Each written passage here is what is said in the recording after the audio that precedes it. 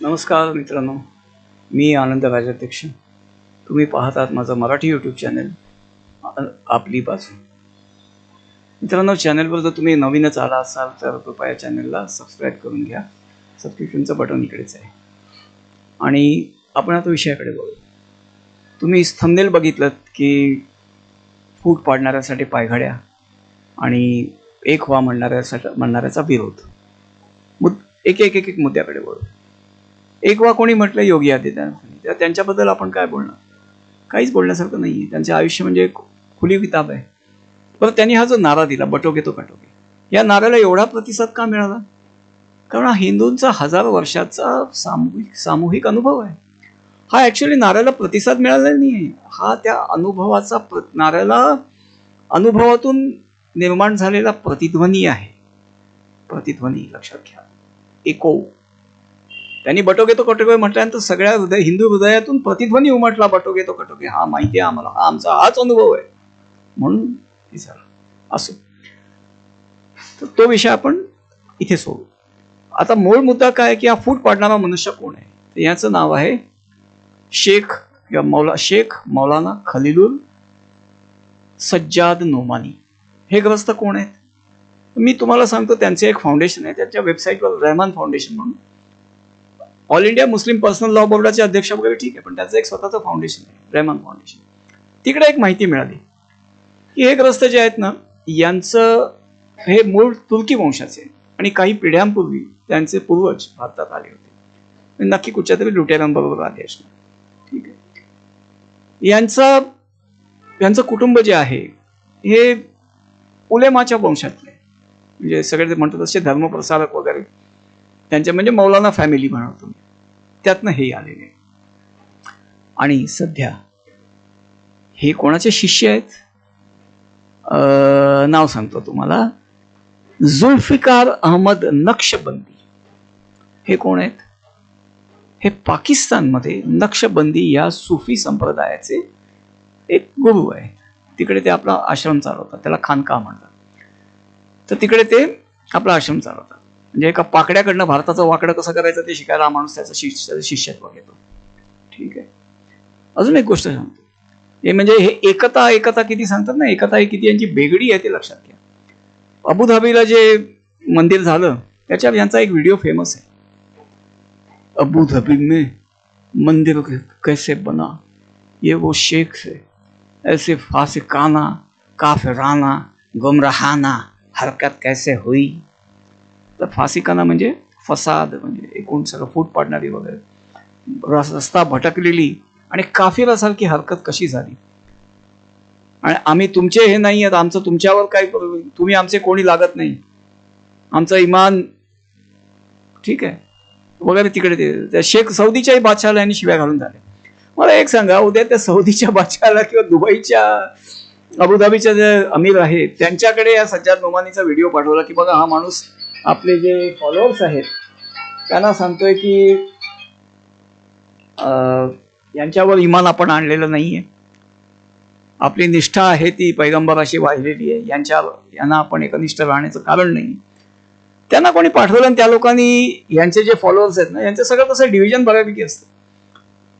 तर तिकडचे यांचे फॉलोअर्स त्यांनी सगळ्यांना निवडून हाकलायचं सुरुवात केली की जा बाबा, तुम्ही तुमचं आमच्याशी काही निष्ठा नाही, आमच्यावर निष्ठा नाही, तर तुम्ही इथे कशाला राहता, उद्या तिथे काय उपद्व्याप करू शकाल, जा भारतात. आणि ते सगळे त्यांना लाथ मिळून जीपीएल मिळून ते भारतात आले. यांना हा नोमानी खायला घालणार आहे. असो, काय बोलावं आणि काय नाही याचं त्यांना काय, जाऊ दे. पण एक तर ते रहमान म्हणजे तुर्की वंशाचा माणूस आहे, अशराफ आहे. अशराफ म्हणजे काय की जे बाहेरच्या वंशाची लोक जे त्यांच्यामध्ये भारतीय रक्ताचा थेंबही नाही आणि त्यांना त्या गोष्टीचा अभिमान आहे. सगळे त्यांचे म्हणजे तुर्की, अरब, इराणी, पठाण वगैरे यांच्यातच सगळ्या बाहेरच्याच वंशाच्या लोकांशी यांची लग्न संबंध असतात. त्यांच्यामध्ये भारतीय रक्त नाही, कारण ते भारतीयांना हिणकस समजतात. समजलं? भारतीयांना ते हिणकस समजतात. रोटीबेटी व्यवहार भारतीय वंशाच्या मुसलमानांना देत नाही. भारतीय वंशाचे मुसलमान जरी यांचीच संतती असली, कशीही म्हणा संतती असली, तरी त्यांना बरोबरी नसते. ठीक आहे, त्यांना पसमांदा म्हणतात. अर्जाल, पसमांदा, अजलाफ वगैरे वगैरे त्यांना म्हणतात, त्यांच्याशी नसते.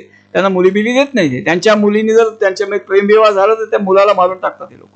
असं त्यांचं हे आहे. आपल्याकडे किती ब्राह्मणांच्या मुलींनी दलितांशी विवाह केले, बाबासाहेबांपासून तंत्री आहे, ठीक आहे, पण त्यांना कोणी काही केलं नाही. यांचं काय, पण लेक्चर द्यायला सगळ्यात पुढे लोक, ठीक आहे. असं तर मुद्दा काय आता आपला, की हे मनुष्य पाकिस्तानातून दीक्षा, म्हणजे पाकिस्तानात त्यांचा गुरु आहे, इथे शिक्षा, म्हणजे आणि वामन मिश्रांचं नाव आठवतं तुम्हाला, ज्यांनी आर्य म्हणजे ब्राह्मण बाहेरून आले, युरेशियातून आले आणि त्यांना इकडनं जावं लागेल म्हणून सांगितलं होतं. हा ब्राह्मण बाहेरून आले हा शोध कोणी लावला? मायकेल बामशाद नावाच्या अमेरिकन अँथ्रोपोलॉजिस्टने. आहे तर मोठं नाव आहे, तेव्हाही मोठं नाव होतं. त्यांना भारतात बोलवून हा संशोधन केलं गेलं. कुठे? विशाखापट्टणम मध्ये. का? जगनमोहन रेड्डीचे पिताजी वायएसआर हे तेव्हा तिथे आंध्रच्या मंत्रिमंडळात होते, पण तिथे शोध केला. खरं तर पंजाब हरियाणा वगैरे तिकडे करायला पाहिजे, हिमाचल वगैरे तिकडे, म्हणजे जो बाहेरून यायचा आर्यांचा रूट होता तिकडे करायला पाहिजे, तिकडे नाही, साऊथ तिकडे केला. काय अर्थ आहे या गोष्टीला? का? युखारिस्टिक काँग्रेस नावाची ख्रिश्चनांची असते, मॅनिलामध्ये झाली होती 2000 साली. तिथे काहीतरी निर्णय झाले होते, त्या संदर्भात ते आले होते. तर त्या बामशादला बोलवून जर कोणी झाडाझडती घेतली किंवा तुम्हाला याचे पैसे कोणी दिले या संशोधनाचे, पण कोण अजून आपण ते हेडलीला इथे आणू शकलो नाही, तर बामशाद कुठे येणार आहे? सोडा ते. पण मेश्राम त्यांचा हवाला देऊन खूप उडत होते तेव्हा, आणि हे मेश्राम बरोबर गुलगुलू करायला आलेले होते, ठीक आहे, दलितांच्या हितासाठी. दलितांना काय, दलितांवर जे अत्याचार झालेत ना, त्याच्यात मुसलमानांचा हिस्सा किती ते बघा केसेसमध्ये. मायावतीचं मतवाद इथं त्यामुळेच झालं होतं की त्यांच्या दलितांवर जास्तीत जास्त अत्याचार मुसलमानांनी केले तिकडे. असं होते, ते रेकॉर्डचा भाग आहे. पण ह्या नोमानीला असं हिंदूंच्या काड्या करायला मिळेल तिकडे त्यांना मोका पाहिजे असं, आणि असल्या चरित्रातल्या माणसाशी त्याला आपण रिस्पेक्ट देतोय. त्याच्या समोर ही माणसं आपली सगळे नेते म्हणवणारी माणसं, त्यांच्या म्हणजे मराठा म्हणवणारी लोक, त्यांच्या पुढे महाराष्ट्र धर्माची माहिती सांगणारी लोक त्याच्या पुढे नतमस्तक होत आहेत. त्याला लिहून देत आहेत की आम्ही बटमोटरला 1000 कोटी मागितले तर 1000 कोटी देऊ, पोलिसात नोकऱ्या देऊ.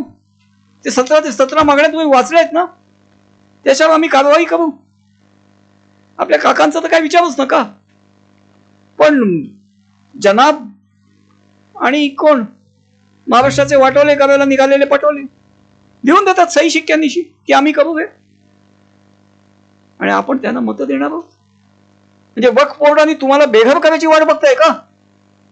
काय चाललंय इकडे ते बघितलं ना. रोहिंग्या आणून तुमच्या घरातून तुम्हाला हाकलण्याची वाट बघताय तुम्ही या असल्या माणसासाठी, आणि या माणसाला पायघड्या घालतायत. आणि योगी आदित्यनाथने एक वा म्हटलं तर आम्हाला समजत नाही म्हणून, म्हणजे हे मुझे तो पण पिता प्रकाशला सांगतात काय, जाऊ दे, काय सांगणार. नवाब मलिकांना उभे करणारे काय असो, डोळे उघडे ठेवून मतदान करा. आणि वक्फ कायदा हा जो आहे हा आपल्याला बेघर करणारा कायदा आहे. या काँग्रेसला तर खरं तर देशोधडीला लावलं पाहिजे. आपल्या म्हणजे हिंदूंच्या मतांनी हिंदूमध्ये करणाऱ्या, हिंदूंवर राज्य करणाऱ्या आणि हिंदूंची म्हणजे हिंदुस्थान वक्फ करणाऱ्या या काँग्रेसला खरं तर देशोधडीला लावलं पाहिजे. इतर कुठच्या देशात असतं तर अशा नेत्यांना, म्हणजे असा कायदा पास करणाऱ्या नेत्यांना मुसोलिनीच्या मौतीने मारलं असतं लोकांनी. ते असो, पण जाऊ द्या, आपल्याकडे ती संस्कृती नाही. असं तुम्हाला एवढंच सांगायचं होतं. मतदानाला शहाणपणाने मतदान करा, डोळे उघडे ठेवून, डोळसपणे मतदान, डोळे उघडे असतात, डोळसपणे मतदान करा, ठीक आहे. चला आपला निरोप घेतो. आणि हो, अजून आपण भारतात एकमेकाला म्हणू शकतो तर जय जय श्रीराम. नोटा दाबू नका, आणि वक्फ बोर्डाला विरोध होईल, वक्फ बोर्ड उखडला जाईल, अशाच लोकांना मतदान करा, ठीक आहे. नाही तर तुमची पाळमुळं उखडली जातील, आणखीन काय नाही. चॅनलला सबस्क्राईब केलं, व्हिडिओला लाईक करा पटला असेल तर. आणि हा व्हिडिओ जर तुम्हाला वाटलं की ही माहिती इतरांपर्यंतही पोचली पाहिजे, तर व्हिडिओ शेअर करा. त्याची शेअरिंगचं बटनही इकडेच आहे, ठीक आहे ना. चला चॅनलवर मी नवीन व्हिडिओ टाकत असतो. तुम्ही सबस्क्राईब केलं, येत गेलात, आणि हो, कॉमेंट अवश्य करा. तुम्हाला काय वाटलं हा व्हिडिओ ऐकून? ही माहिती तुम्हाला पहिल्यांदाच मिळाली का याबद्दल तुम्ही कॉमेंट अवश्य करा, ठीक आहे. धन्यवाद. भेटूच आपण.